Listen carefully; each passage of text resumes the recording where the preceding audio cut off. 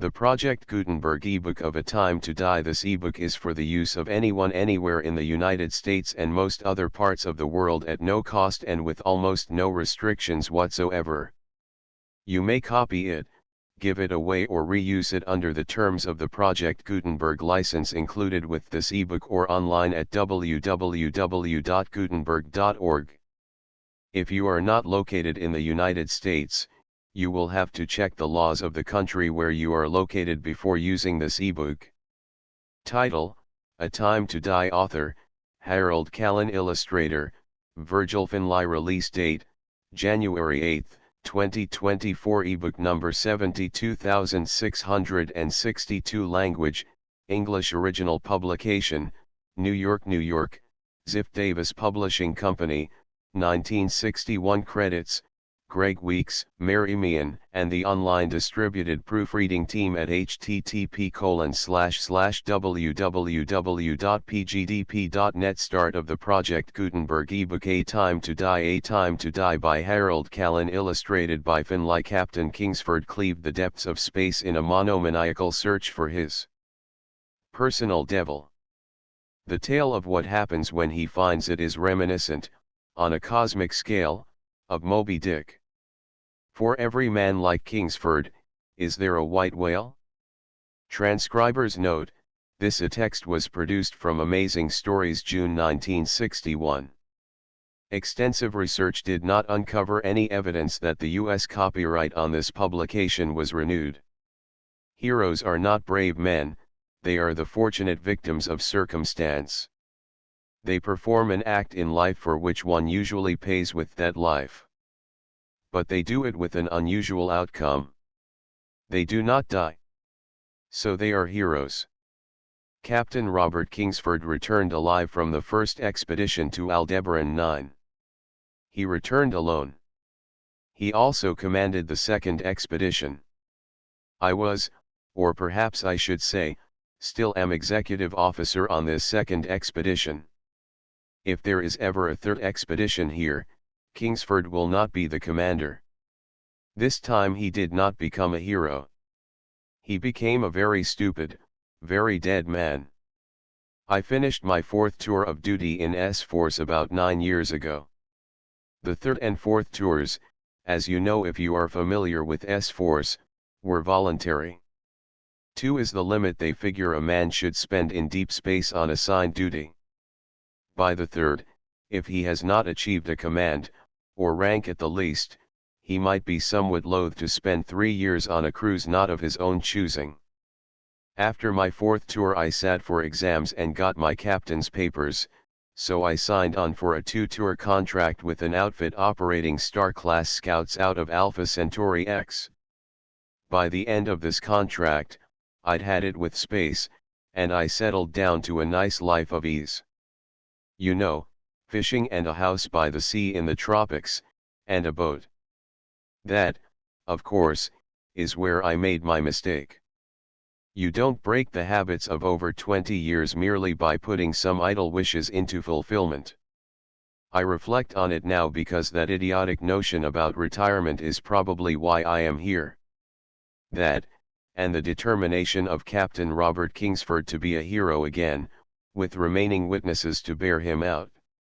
I spend so much talk on myself at this point, incidentally, because I have lots of time in which to do this.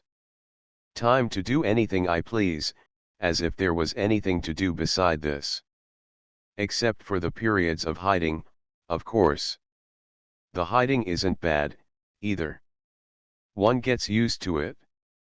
I've done this thing, this writing it all down, though it is on slates with a sharp stone as a stylus, about 15 times. I've never found traces of the other times I've written it, and somehow I feel it should all be down. In the beginning, just to express one's thoughts, even in writing, was enough. After a while, however, you sort of want to talk with someone, even if there is no one to talk with. I guess I've told myself this thing about 100 times, in addition to the writings. It's changed a bit with the tellings. Also, I've never quite finished it. So actually, I'm creating the epic saga of a race.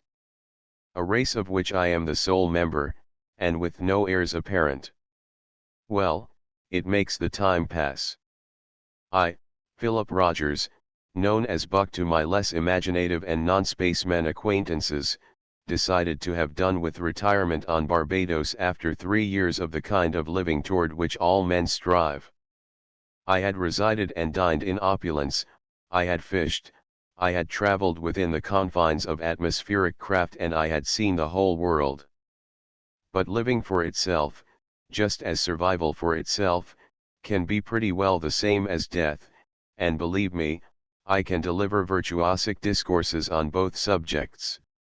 Both tend to instill a certain cessation of all feeling. For that reason, incidentally, I've actually grown to look forward to the periods of hiding here. It's the only time I truly feel anything. But to get on, I got pretty well fed up with Barbados and the boat and the house. I had never married, principally because I'd never been fond of the idea of a woman standing on some widow's walk waiting for me. 3-year cruises in deep space were hardly the short business trips of a commercial traveler.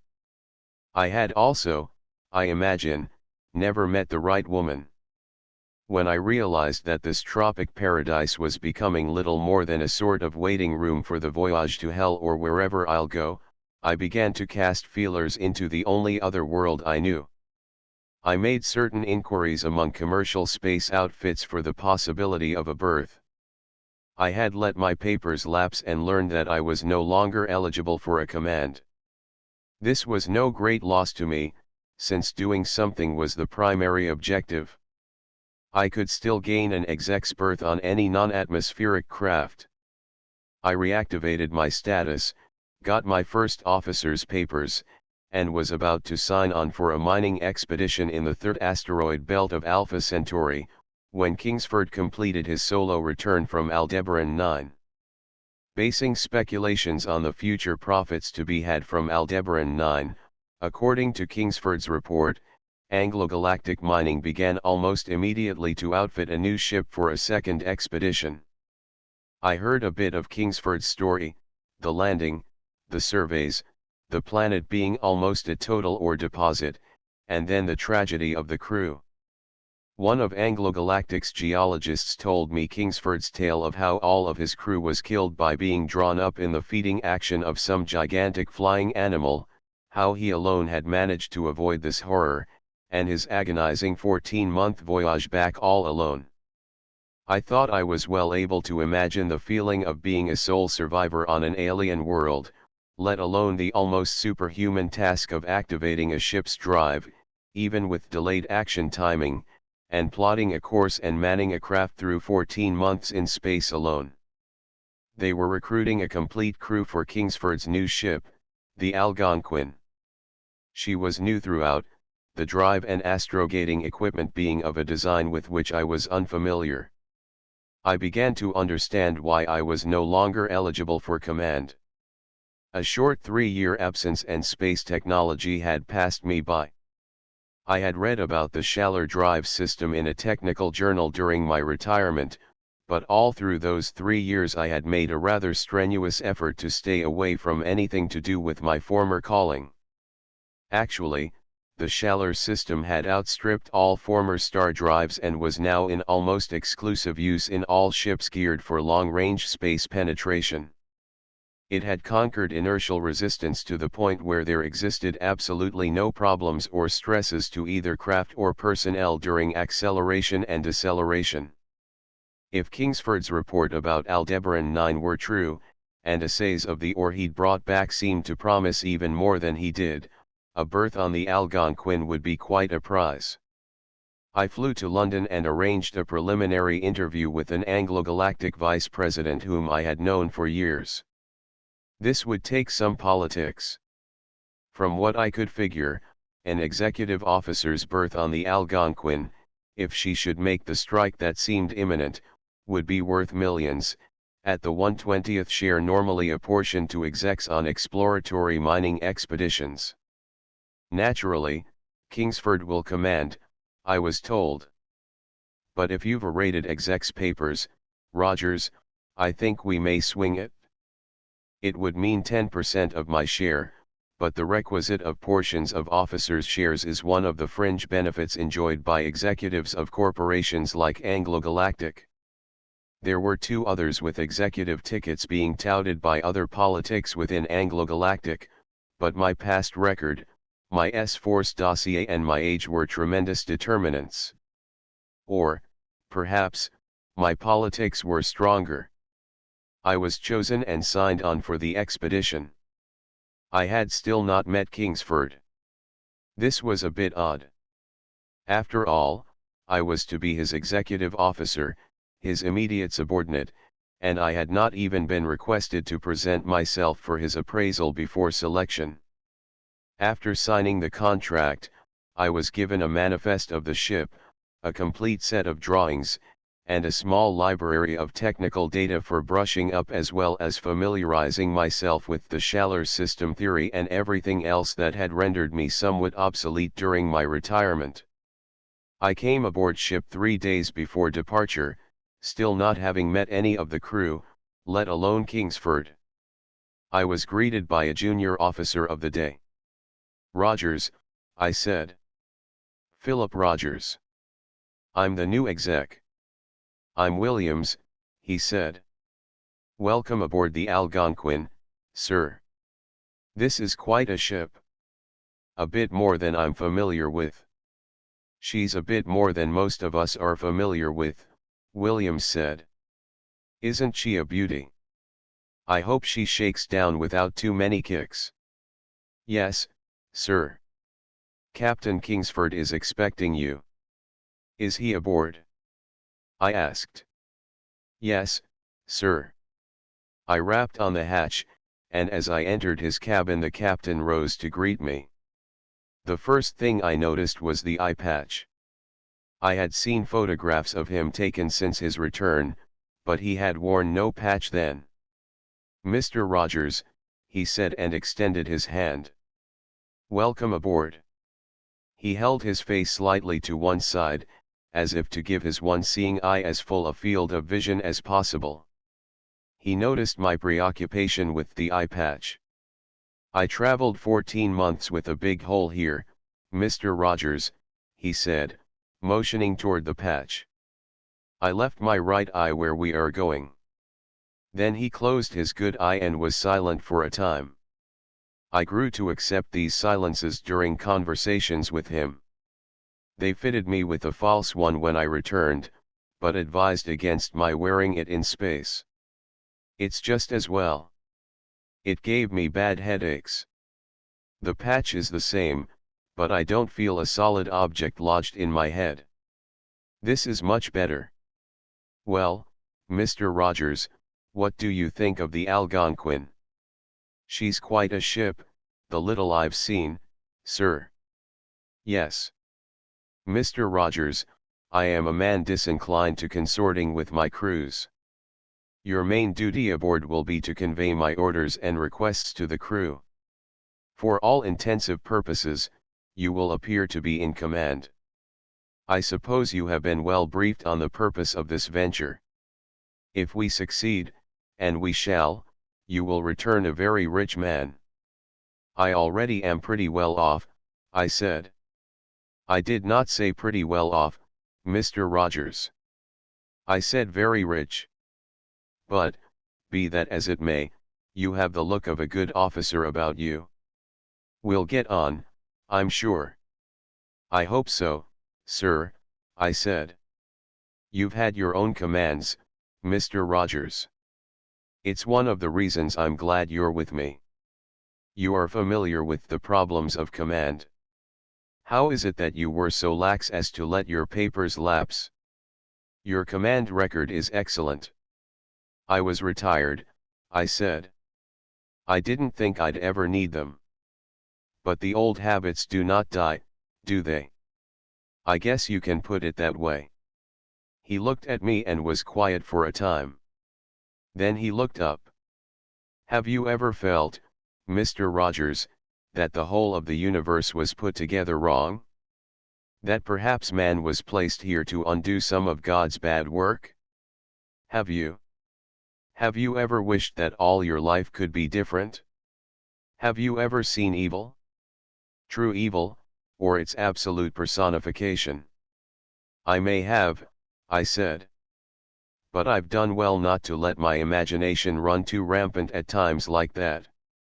Mr. Rogers, do you know how I lost my crew on the Essex?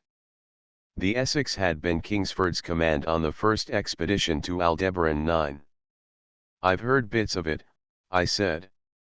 Aldebaran 9 is a very strange planet. The atmosphere is extremely dense, entirely breathable, you understand, but dense almost to the point where you could compare it to water. The atmosphere is a true ocean of air. The surface of the planet has barren areas, trenches, shelves, sections of almost jungle-like undergrowth, and a very hazardously deceptive feeling of warmth. It has no intelligent life. But it does have life. I can assure you of that. It has life. I experienced some of its life. Here, he paused again. When he resumed, his thoughts had gone beyond the life of Aldebaran 9. Every ounce of matter on that planet contains the highest percentage of ore my counters have ever recorded. Ore, Mr. Rogers, the ultimate ore. The ore for which 42 men under my command died. I intend that the dependents of those men will reap the benefits of that ore. I have instructed that my entire share be distributed among these heirs. This bit of information is to go no further than yourself, you understand. I understand, I said. Mr. Rogers, he then said, were any of your past commands of a military nature? How do you mean, sir? Well, on an alien world, for example, have you ever organized a tactical reconnaissance program? Or perhaps planned a system of self-covering defense positions? Naturally, I said. Military sciences are a large part of S-Force operation. This I know, Mr. Rogers. But have you ever put these sciences into practice? Yes, sir, I said. May I ask why you wanted to know? No, Mr. Rogers. But it is very good to have you aboard. Thank you, Mr. Rogers. He turned his attention suddenly to a manual on his desk. The interview seemed to be over. I left. We spent the next few weeks at the lunar base undergoing extensive testing. Finally the ship was ready for commissioning. Kingsford appeared to accept command and we lifted from orbit, locked into the pre-taped course and set about the business of a crushingly inactive 14 months of transit. In all that I have written of the Algonquin incident, I have tried to portray Kingsford correctly. I don't know yet as I have succeeded. He was almost a complete recluse aboard ship.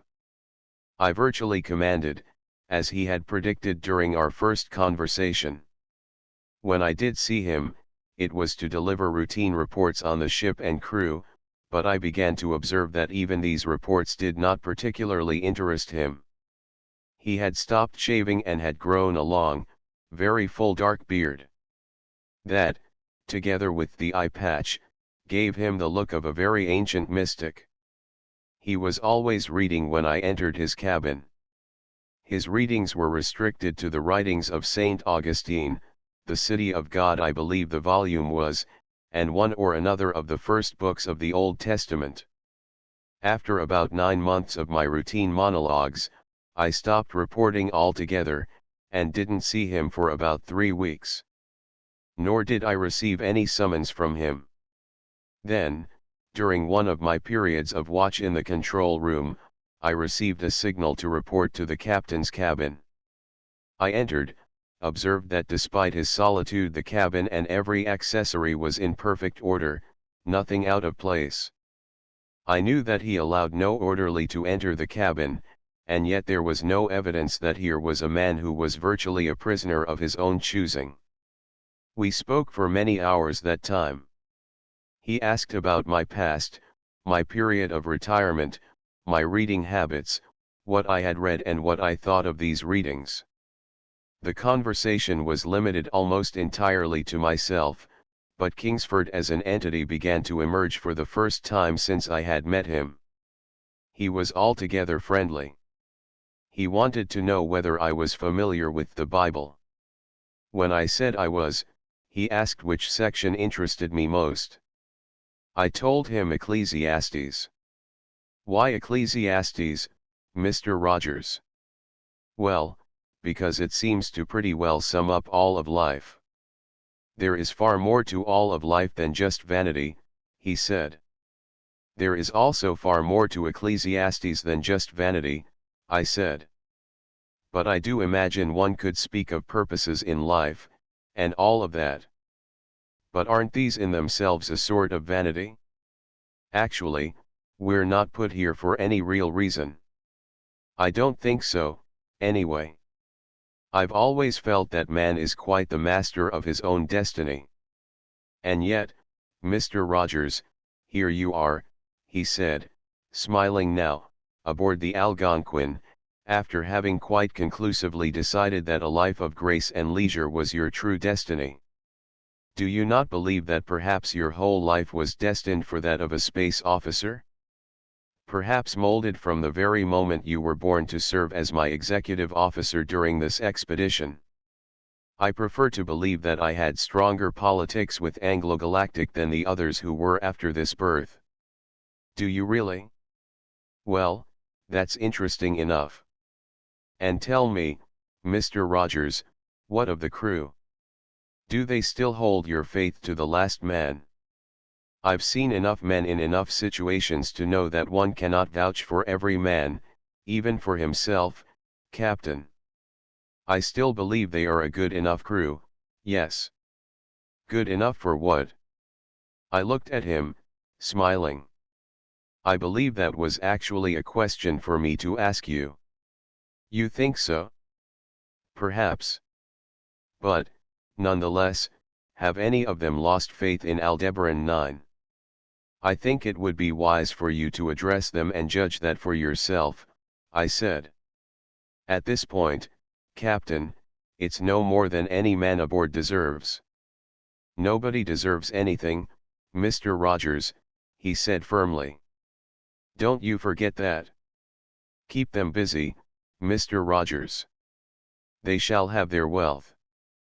Their speculations on that wealth is all that need concern them. And I shall have mine. Do you intend to address the crew at any time before we reach Aldebaran 9? In good time, Mr. Rogers, he said. In good time. That was very much the way it went, Kingsford sticking to his cabin, reading his Bible, and the men occupying the monotony of space penetration with conjectures on their futures and on Aldebaran 9. It took 4 more months to raise Aldebaran. When we ran onto the range of Aldebaran, things grew a bit tricky. There were no truly accurate charts, no perfectly matched coordinates for absolute bearings, only the tape of the Essex's astro officer to trail in on. We set the tape and locked the controls in on them and turned all the scanners up full. We proceeded at 10% power, gradually drawing in on the solar system of the Red Star, setting a solar orbit and drawing in toward the nebula of its system. Here, the Essex's tape became useless.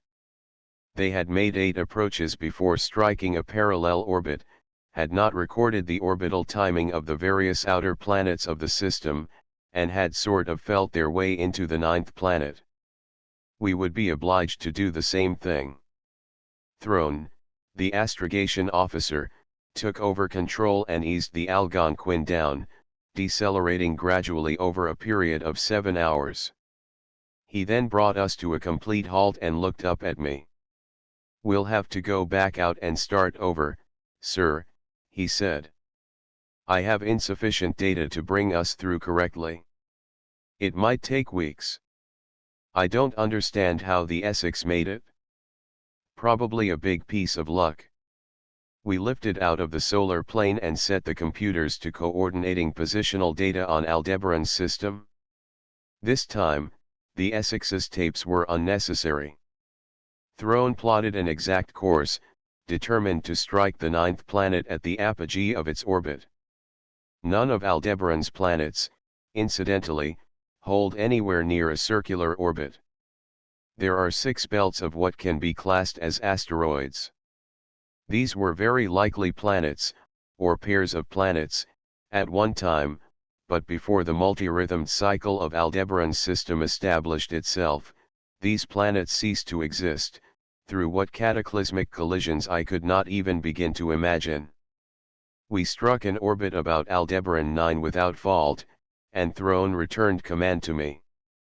There was a general announcement made throughout the ship that we were in orbit about the objective planet, and shortly thereafter, the voice of Captain Kingsford, for the first time during the voyage, came over the communications system.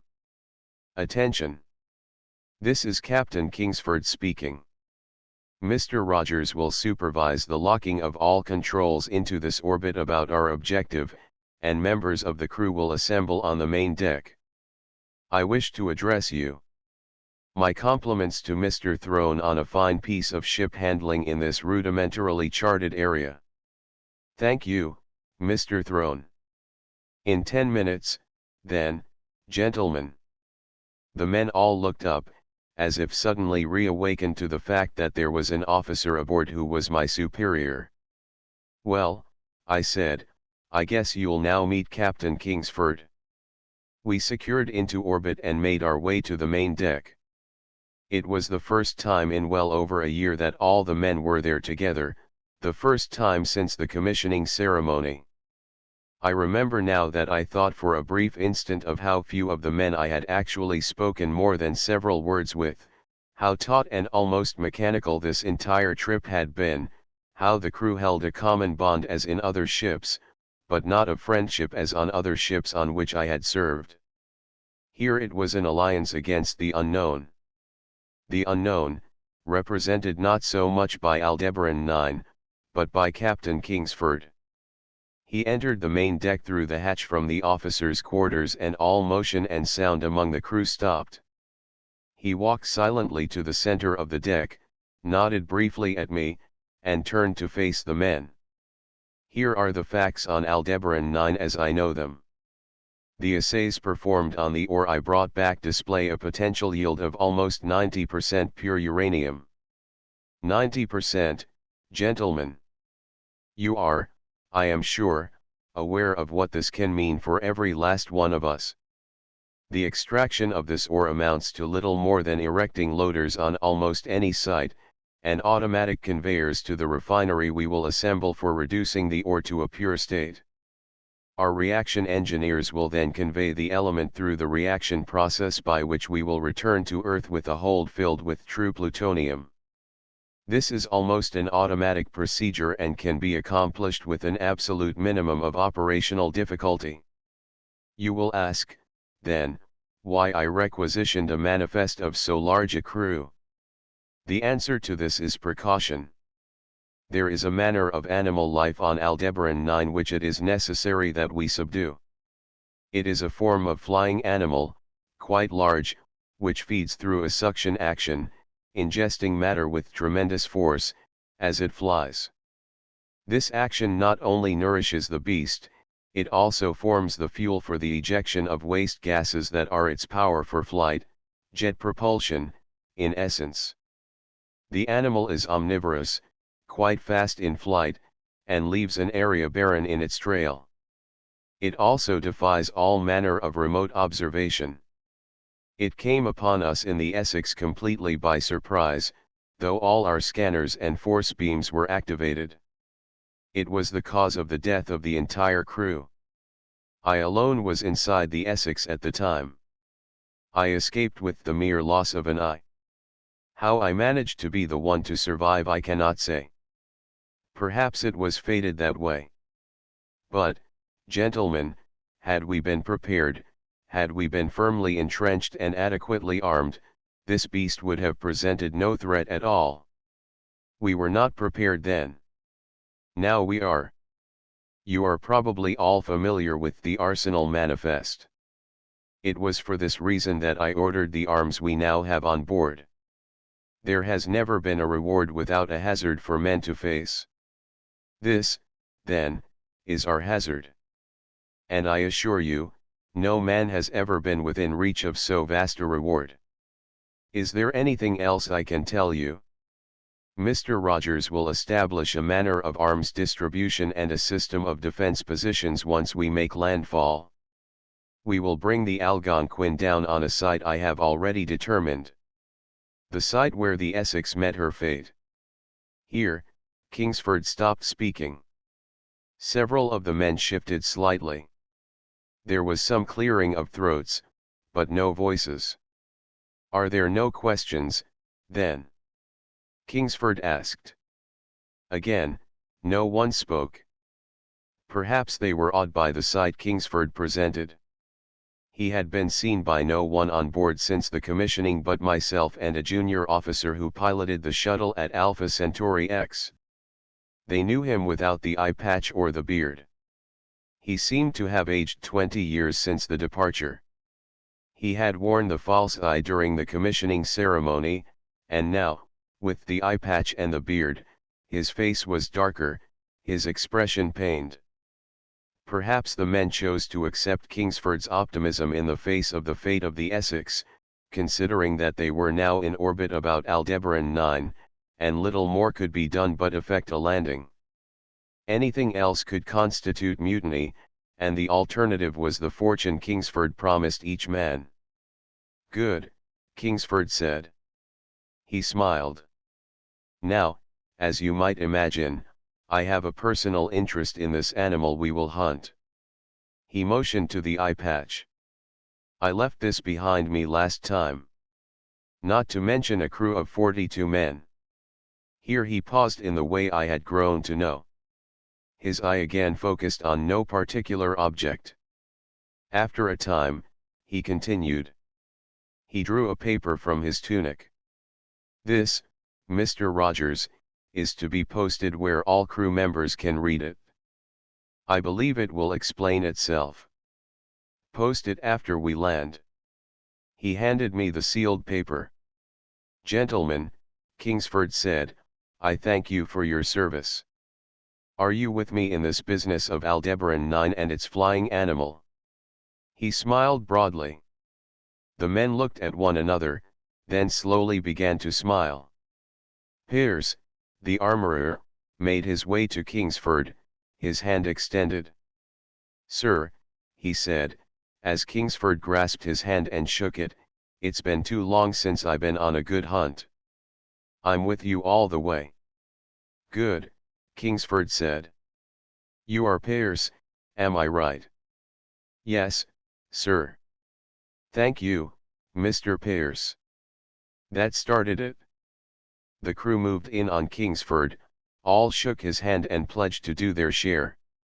After a long while, the camaraderie quieted down, and Kingsford excused himself, requesting Throne and me to join him in his cabin.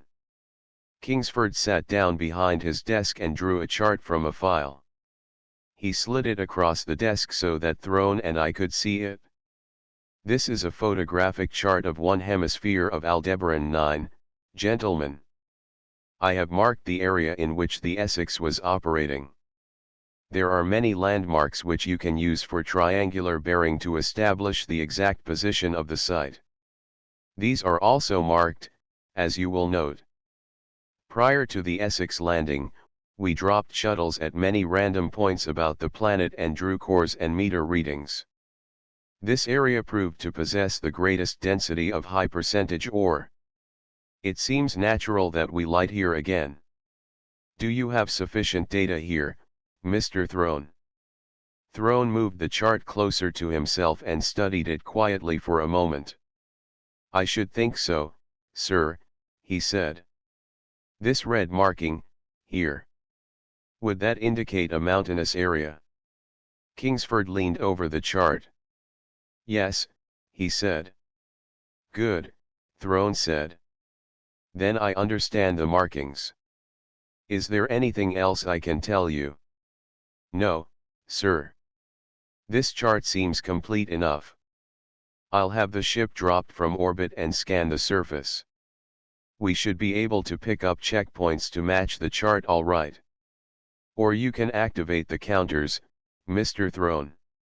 This ship is equipped with long-range equipment. The point of highest incidence of count will be your mark. Yes, sir. Will you be at the controls? For the landing, yes. Mr. Rogers and I will be in the control room shortly. I'll get to this immediately, then, Throne said.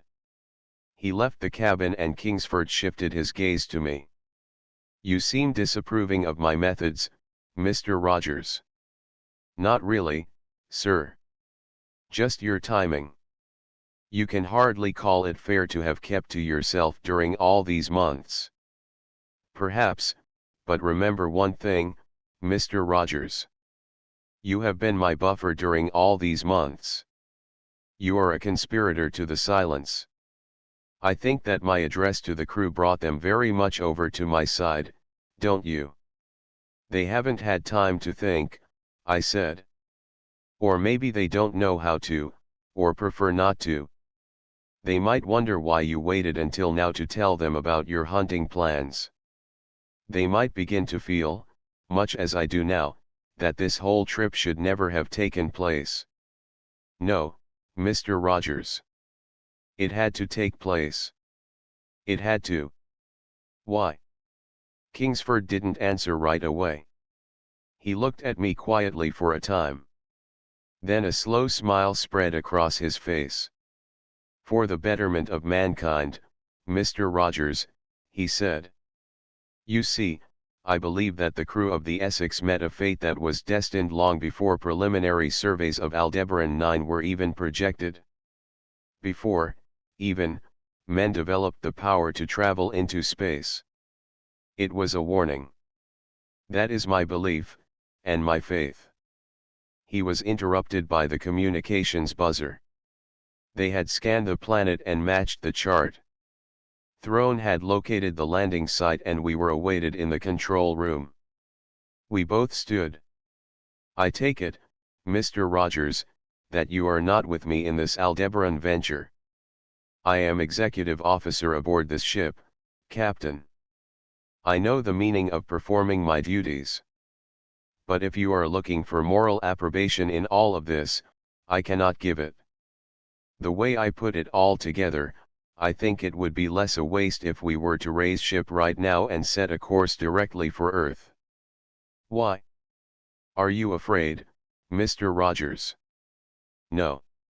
It's just that I'm not given much to the idea of playing God. Kingsford stopped at the door. I seem to have underestimated you, Mr. Rogers, he said. He opened the cabin hatch and stepped through. The setting down went off without a hitch, and the job of establishing Kingsford's precautionary system began. I was the first out of the ship, meeting the density of the atmosphere for which Kingsford had prepared me. It was thick, yet not oppressive like the heavy tropical atmosphere on Earth. It did not restrict movement, the gravitational force being less than that of Earth. One seemed to counterbalance the other to give a man equal physical capabilities to those on Earth. With Pearce, I scouted the area within a few miles of the ship, chose certain high grounds for emplacements and watches, then returned and began the deployment of the arms and crew to the chosen spots. I worked out a schedule of rotation so that the outer emplacements would be manned for no more than 3 hours by any one group. During this entire operation, there was no sign of animal life on the planet. The climate seemed subtropical and vegetable life proportional to this climate abounded.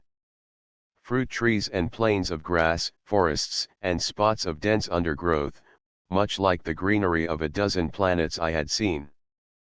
But there was no sound, and absolutely no discernible movement of air. The mountain chain I had seen noted on Kingsford's chart stood off in the far horizon, and the land about us was all rolling hills and plains. During the apportioning of arms, I remembered Kingsford's paper to be posted. I got it from my cabin and read it. It was a public statement in which Kingsford offered 10% of his captain's share to the first man to spot the quarry. This reduced the potential benefits to the heirs of the Essex's crew by 10%. I noted the fact, but gave it little thought. It was Kingsford's affair. I opened the general communications switch and read the statement to the crew. The response was electrifying. Shouts and cheers from every quarter of the ship.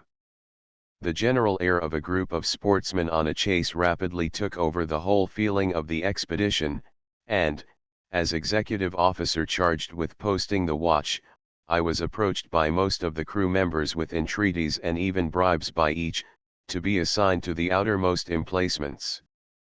Kingsford's methods certainly bore results. It kept everybody from thinking, but I do not believe that this was his intention. I did not see Kingsford for almost 2 days.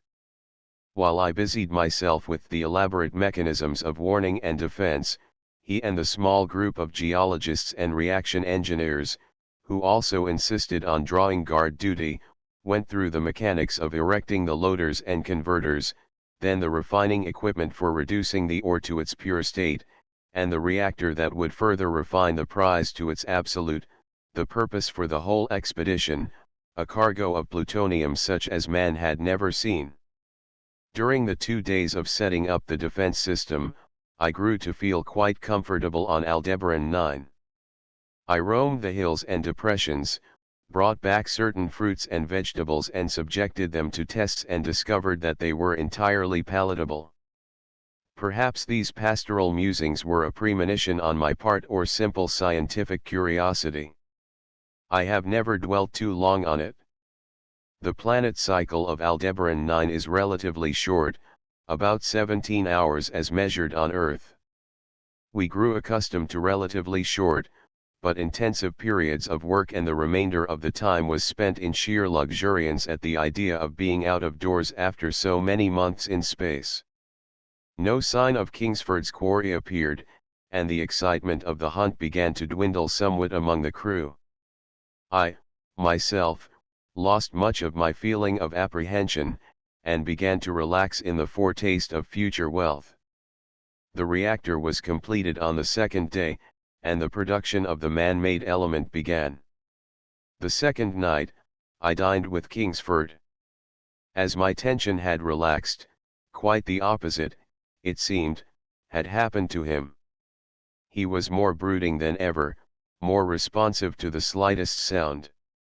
He ate practically nothing and said little.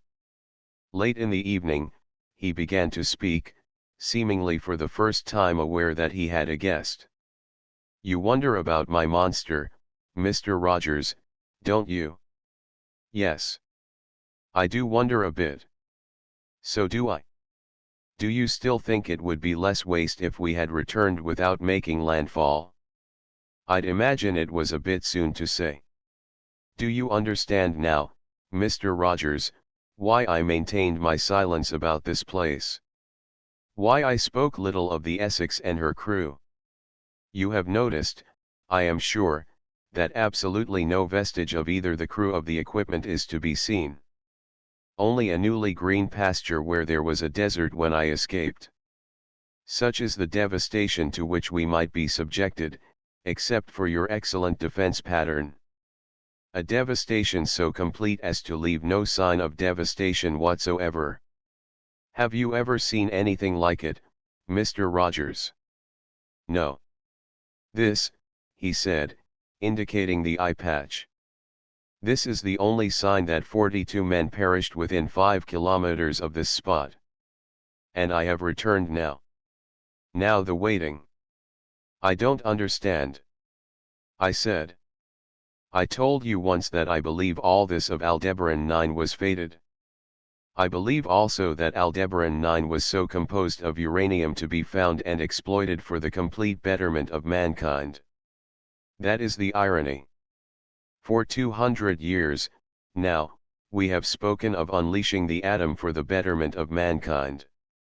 but what more has come of it than a highly developed science of the destruction of mankind, and the gradual debasing of the entire universe? Man must warrant his own betterment, Mr. Rogers, and it is therefore that Aldebaran 9 was placed well within the reaches of hell, a very deceptive hell, but hell no less. Man was meant to have achieved godlike proportions before he would discover this place. The men of the Essex were not godlike, believe me. Nor are the men of the Algonquin. Nor are you. Aldebaran 9 is a world not meant for men to walk upon. It is a disguise. There are gardens and deserts, jungles and plains. But there are no oceans. The ocean here is the atmosphere. Should I have told the men of the Algonquin that in this ocean swims a leviathan that defies the very existence we claim, Mr. Rogers? This is our adversary. This is the killer of the crew of the Essex.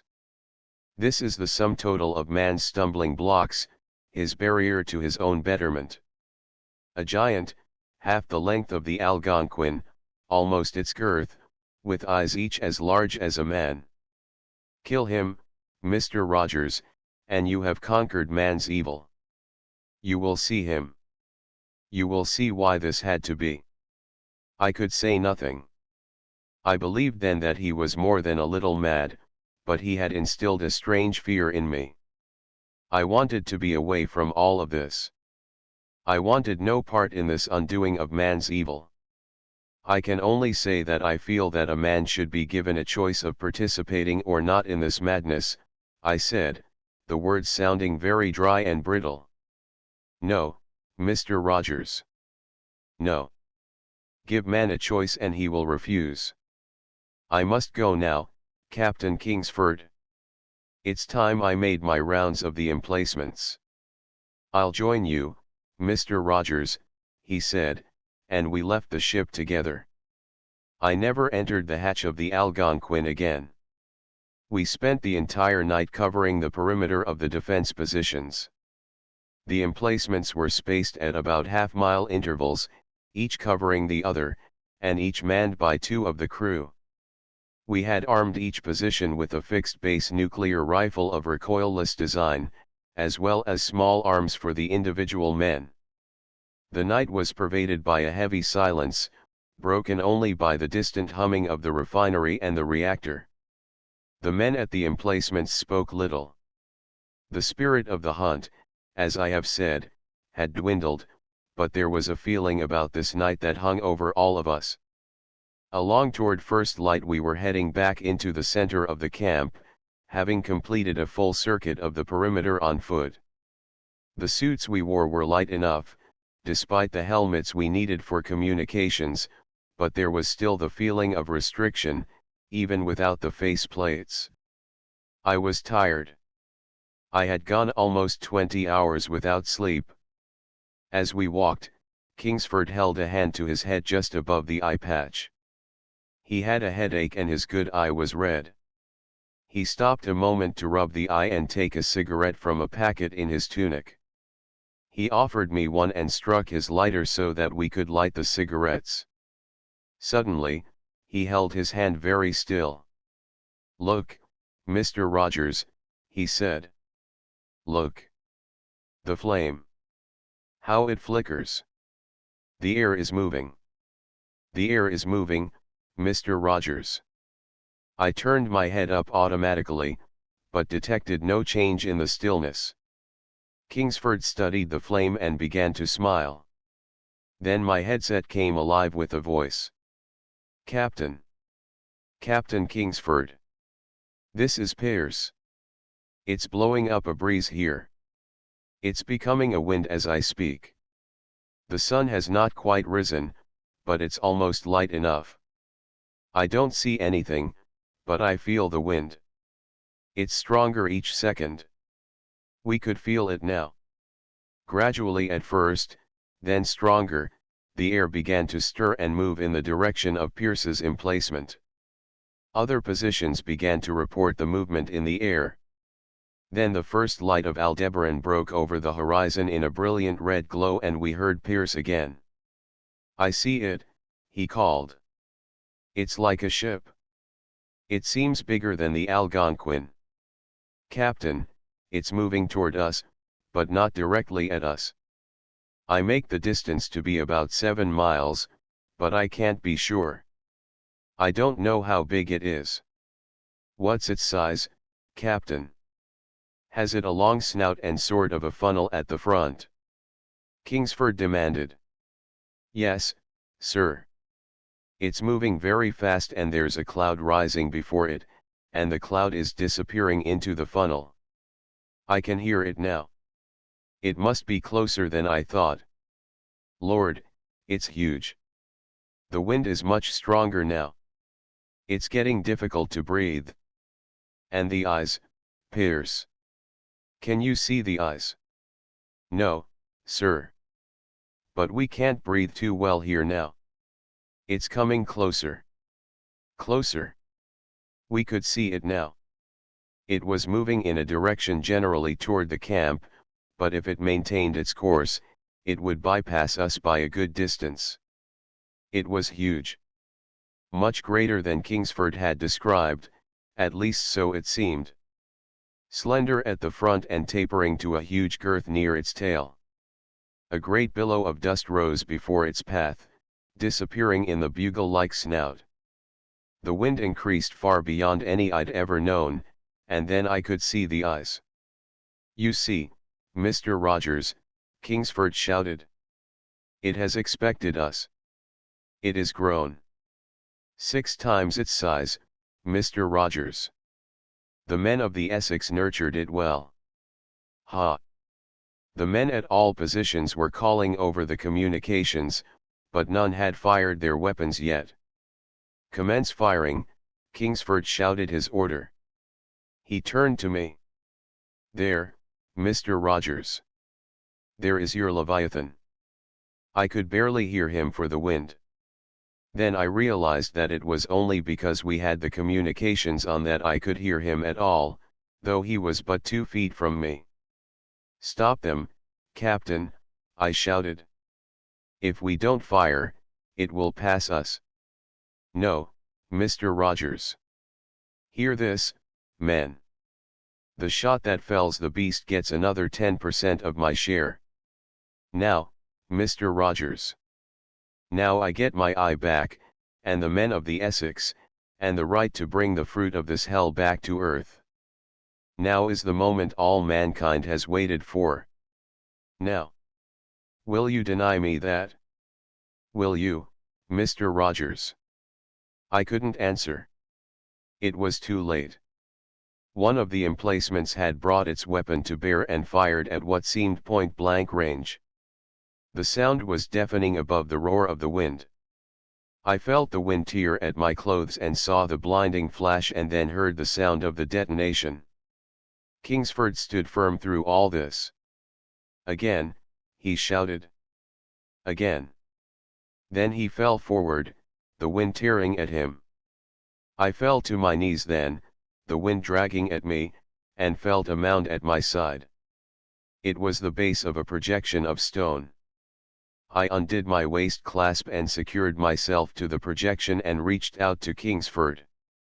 I grasped his wrist and hung on as I saw the flame and smoke whirled away and sucked into the funnel of the monster as it turned toward the center of the camp.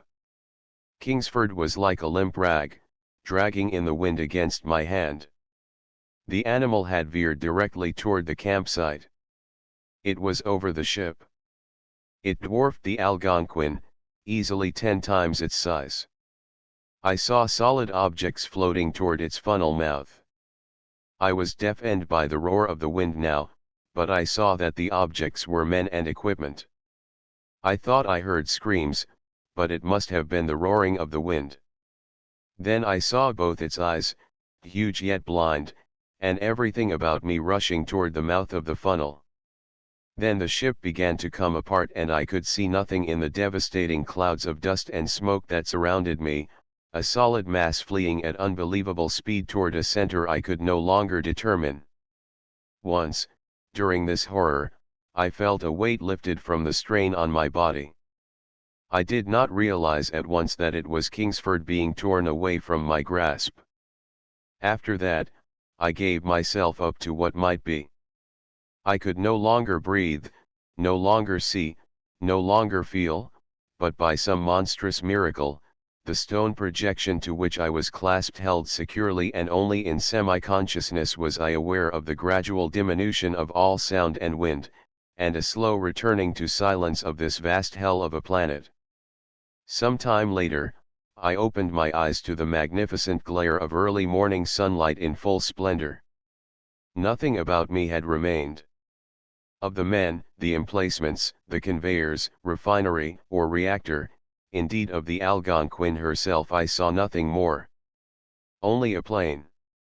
A vast, arid plain, where once there had been 40-some men and myself, a ship that mirrored the pinnacle of human technology, and the semblance of a habitable, arable land. I was alone. I remember now that I forced myself to stand. I remember that I walked for endless hours, searching but not finding the least sign of a crew, a ship, a life in which I was Executive Officer Philip Rogers.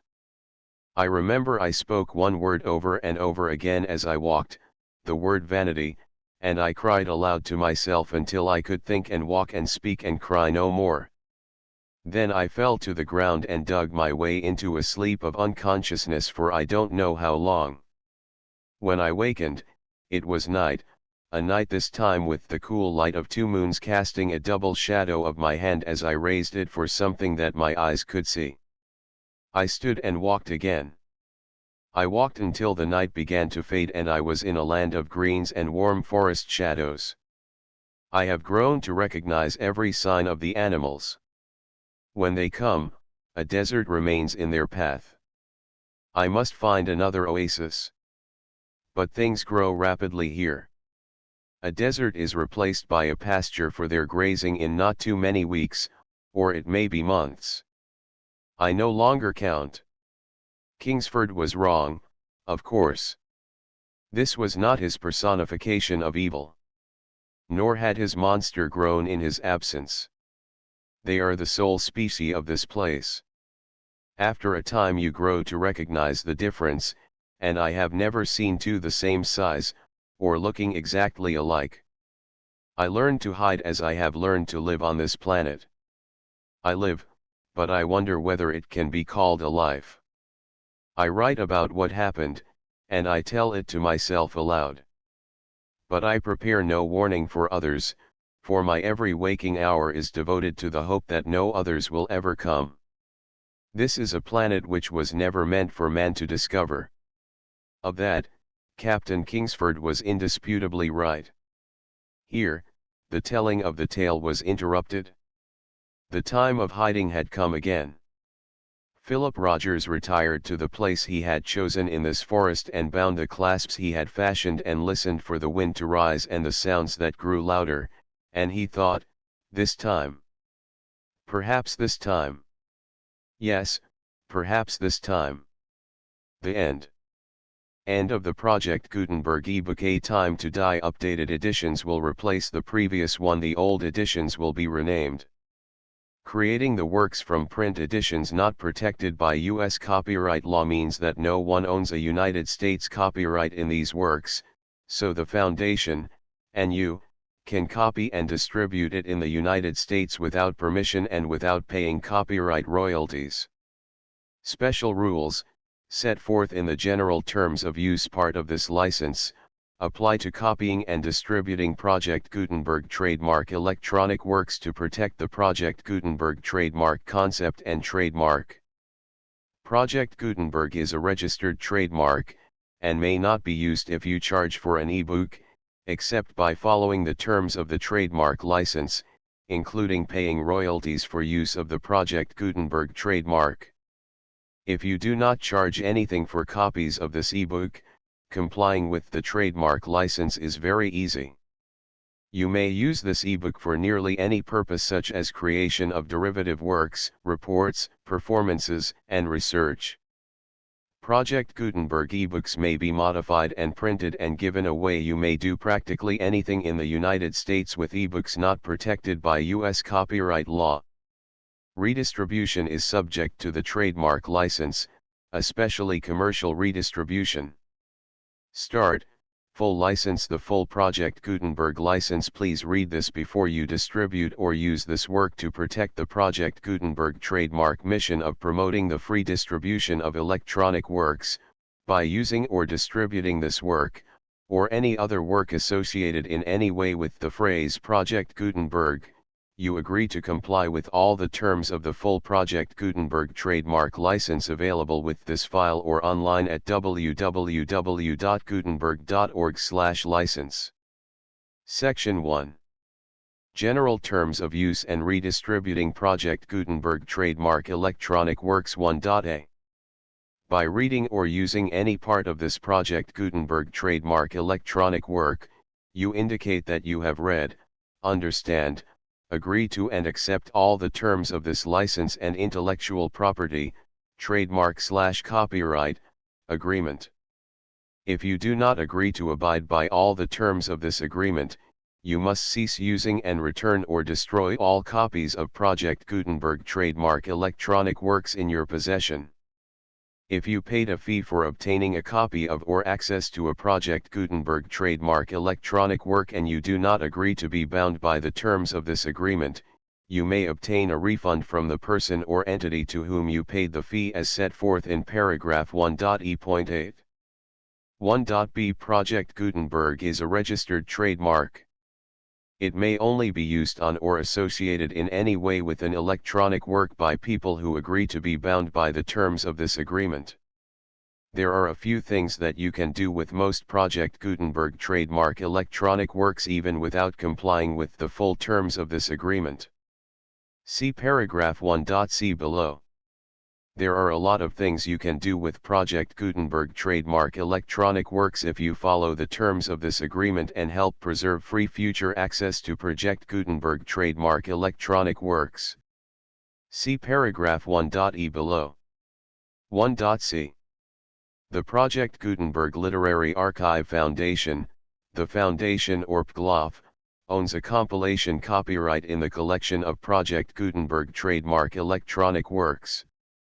Nearly all the individual works in the collection are in the public domain in the United States. If an individual work is unprotected by copyright law in the United States and you are located in the United States, we do not claim a right to prevent you from copying, distributing, performing, displaying, or creating derivative works based on the work as long as all references to Project Gutenberg are removed.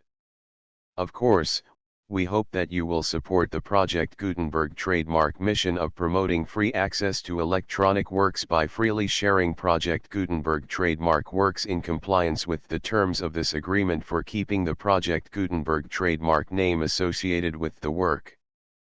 You can easily comply with the terms of this agreement by keeping this work in the same format with its attached full Project Gutenberg trademark license when you share it without charge with others. 1.d. The copyright laws of the place where you are located also govern what you can do with this work. Copyright laws in most countries are in a constant state of change. If you are outside the United States, check the laws of your country in addition to the terms of this agreement before downloading, copying, displaying, performing, distributing or creating derivative works based on this work or any other Project Gutenberg trademark work. The Foundation makes no representations concerning the copyright status of any work in any country other than the United States. 1.e. Unless you have removed all references to Project Gutenberg, 1.e.1.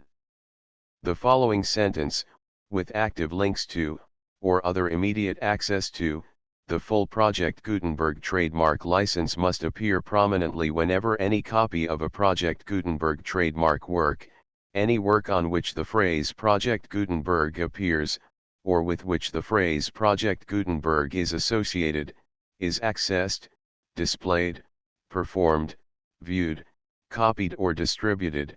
This ebook is for the use of anyone anywhere in the United States and most other parts of the world at no cost and with almost no restrictions whatsoever. You may copy it, give it away or reuse it under the terms of the Project Gutenberg license included with this ebook or online at www.gutenberg.org. If you are not located in the United States, you will have to check the laws of the country where you are located before using this ebook. 1.e.2. If an individual Project Gutenberg trademark electronic work is derived from texts not protected by U.S. copyright law, does not contain a notice indicating that it is posted with permission of the copyright holder, the work can be copied and distributed to anyone in the United States without paying any fees or charges. If you are redistributing or providing access to a work with the phrase Project Gutenberg associated with or appearing on the work, you must comply either with the requirements of paragraphs 1.e.1 through 1.e.7 or obtain permission for the use of the work and the Project Gutenberg trademark as set forth in paragraphs 1.e.8 or 1.e.9. 1.e.3. If an individual Project Gutenberg trademark electronic work is posted with the permission of the copyright holder, your use and distribution must comply with both paragraphs 1.e.1 through 1.e.7 and any additional terms imposed by the copyright holder. Additional terms will be linked to the Project Gutenberg trademark license for all works posted with the permission of the copyright holder found at the beginning of this work. 1.e.4. Do not unlink or detach or remove the full Project Gutenberg trademark license terms from this work, or any files containing a part of this work or any other work associated with Project Gutenberg trademark. 1.e.5. Do not copy, display, perform, distribute or redistribute this electronic work, or any part of this electronic work, without prominently displaying the sentence set forth in paragraph 1.e.1 with active links or immediate access to the full terms of the Project Gutenberg trademark license. 1.e.6. You may convert to and distribute this work in any binary, compressed, marked up, non-proprietary or proprietary form, including any word processing or hypertext form. However, if you provide access to or distribute copies of a Project Gutenberg trademark work in a format other than plain vanilla ASCII or other format used in the official version posted on the official Project Gutenberg trademark website, www.gutenberg.org, you must, at no additional cost, fee, or expense to the user, provide a copy, a means of exporting a copy, or a means of obtaining a copy upon request, of the work in its original plain vanilla ASCII or other form. Any alternate format must include the full Project Gutenberg trademark license as specified in paragraph 1.e.1. 1.e.7. Do not charge a fee for access to, viewing, displaying, performing, copying or distributing any Project Gutenberg trademark works unless you comply with paragraph 1.e.8 or 1.e.9. 1.e.8. You may charge a reasonable fee for copies of or providing access to or distributing Project Gutenberg trademark electronic works provided that, you pay a royalty fee of 20% of the gross profits you derive from the use of Project Gutenberg trademark works calculated using the method you already use to calculate your applicable taxes. The fee is owed to the owner of the Project Gutenberg trademark, but he has agreed to donate royalties under this paragraph to the Project Gutenberg Literary Archive Foundation. Royalty payments must be paid within 60 days following each date on which you prepare, or are legally required to prepare, your periodic tax returns. Royalty payments should be clearly marked as such and sent to the Project Gutenberg Literary Archive Foundation at the address specified in Section 4, Information about donations to the Project Gutenberg Literary Archive Foundation. You provide a full refund of any money paid by a user who notifies you in writing, or by email, within 30 days of receipt that he does not agree to the terms of the full Project Gutenberg trademark license. You must require such a user to return or destroy all copies of the works possessed in a physical medium and discontinue all use of and all access to other copies of Project Gutenberg trademark works. You provide, in accordance with paragraph 1.f.3, a full refund of any money paid for a work or a replacement copy, if a defect in the electronic work is discovered and reported to you within 90 days of receipt of the work. You comply with all other terms of this agreement for free distribution of Project Gutenberg trademark works. 1.e.9. If you wish to charge a fee or distribute a Project Gutenberg trademark electronic work or group of works on different terms than are set forth in this agreement, you must obtain permission in writing from the Project Gutenberg Literary Archive Foundation, the manager of the Project Gutenberg trademark. Contact the Foundation as set forth in Section 3 below. 1.f.1.f.1. Project Gutenberg volunteers and employees expend considerable effort to identify, do copyright research on, transcribe and proofread works not protected by U.S. copyright law in creating the Project Gutenberg trademark collection. Despite these efforts, Project Gutenberg trademark electronic works, and the medium on which they may be stored, may contain defects, such as, but not limited to, incomplete, inaccurate or corrupt data, transcription errors, a copyright or other intellectual property infringement, a defective or damaged disk or other medium, a computer virus, or computer codes that damage or cannot be read by your equipment. 1.f.2. Limited warranty, disclaimer of damages, except for the right of replacement or refund described in paragraph 1.f.3, the Project Gutenberg Literary Archive Foundation, the owner of the Project Gutenberg trademark, and any other party distributing a Project Gutenberg trademark electronic work under this agreement, disclaim all liability to you for damages, costs, and expenses, including legal fees. You agree that you have no remedies for negligence, strict liability, breach of warranty or breach of contract except those provided in paragraph 1.f.3. You agree that the Foundation, the trademark owner, and any distributor under this agreement will not be liable to you for actual, direct, indirect, consequential, punitive, or incidental damages even if you give notice of the possibility of such damage. 1.f.3. Limited right of replacement or refund. If you discover a defect in this electronic work within 90 days of receiving it, you can receive a refund of the money, if any, you paid for it by sending a written explanation to the person you received the work from. If you received the work on a physical medium, you must return the medium with your written explanation. The person or entity that provided you with the defective work may elect to provide a replacement copy in lieu of a refund. If you received the work electronically, the person or entity providing it to you may choose to give you a second opportunity to receive the work electronically in lieu of a refund. If the second copy is also defective, you may demand a refund in writing without further opportunities to fix the problem. 1.f.4. Except for the limited right of replacement or refund set forth in paragraph 1.f.3, this work is provided to you as is, with no other warranties of any kind, express or implied, including but not limited to warranties of merchantability or fitness for any purpose. 1.f.5. Some states do not allow disclaimers of certain implied warranties or the exclusion or limitation of certain types of damages.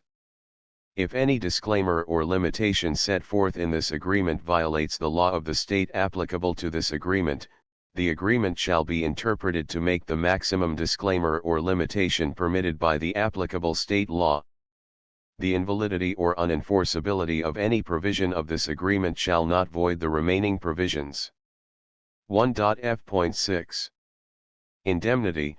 You agree to indemnify and hold the Foundation, the trademark owner, any agent or employee of the foundation, anyone providing copies of Project Gutenberg trademark electronic works in accordance with this agreement, and any volunteers associated with the production, promotion, and distribution of Project Gutenberg trademark electronic works, harmless from all liability, costs, and expenses, including legal fees, that arise directly or indirectly from any of the following which you do or cause to occur. A. Distribution of this or any Project Gutenberg trademark work. B. Alteration, modification, or additions or deletions to any Project Gutenberg trademark work, and C. Any defect you cause. Section 2. Information about the mission of Project Gutenberg trademark. Project Gutenberg trademark is synonymous with the free distribution of electronic works in formats readable by the widest variety of computers, including obsolete, old, middle-aged, and new computers. It exists because of the efforts of hundreds of volunteers and donations from people in all walks of life.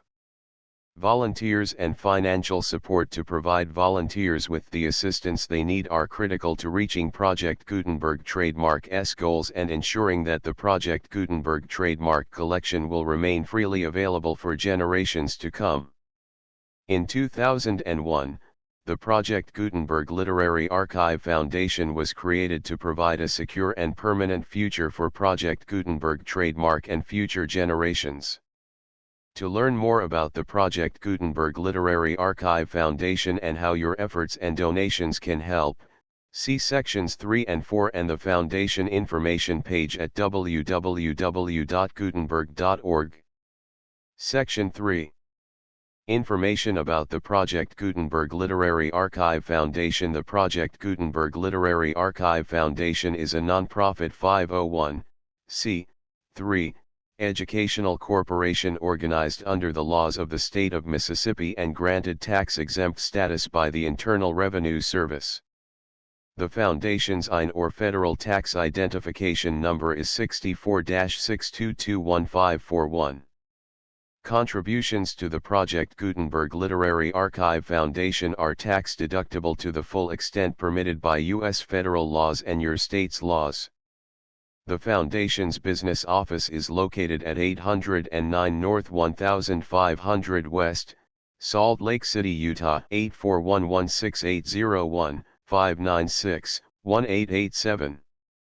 Email contact links and up-to-date contact information can be found at the Foundation's website and official page at www.gutenberg.org/contact. Section 4. Information about donations to the Project Gutenberg Literary Archive Foundation. Project Gutenberg trademark depends upon and cannot survive without widespread public support and donations to carry out its mission of increasing the number of public domain and licensed works that can be freely distributed in machine-readable form accessible by the widest array of equipment, including outdated equipment. Many small donations, $1 to $5,000, are particularly important to maintaining tax-exempt status with the IRS.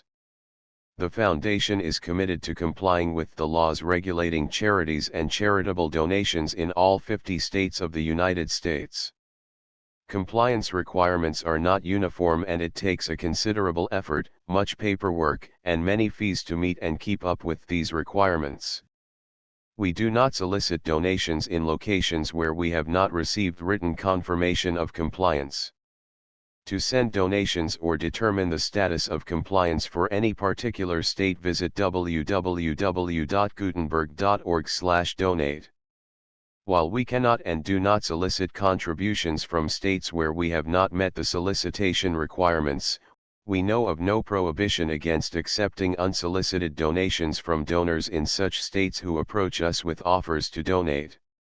International donations are gratefully accepted, but we cannot make any statements concerning tax treatment of donations received from outside the United States.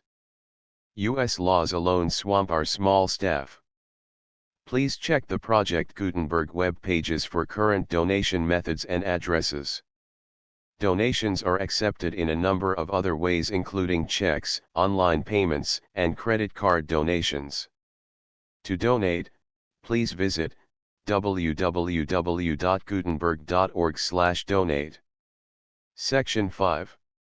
General information about Project Gutenberg Trademark Electronic Works. Professor Michael S. Hart was the originator of the Project Gutenberg trademark concept of a library of electronic works that could be freely shared with anyone. For 40 years, he produced and distributed Project Gutenberg trademark ebooks with only a loose network of volunteer support.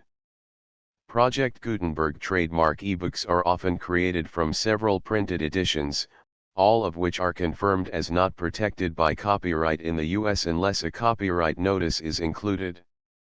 Thus, we do not necessarily keep ebooks in compliance with any particular paper edition. Most people start at our website, which has the main PG search facility, www.gutenberg.org. This website includes information about Project Gutenberg trademark, including how to make donations to the Project Gutenberg Literary Archive Foundation, how to help produce our new ebooks, and how to subscribe to our email newsletter to hear about new ebooks. A Time to Die: The Full Project Gutenberg License.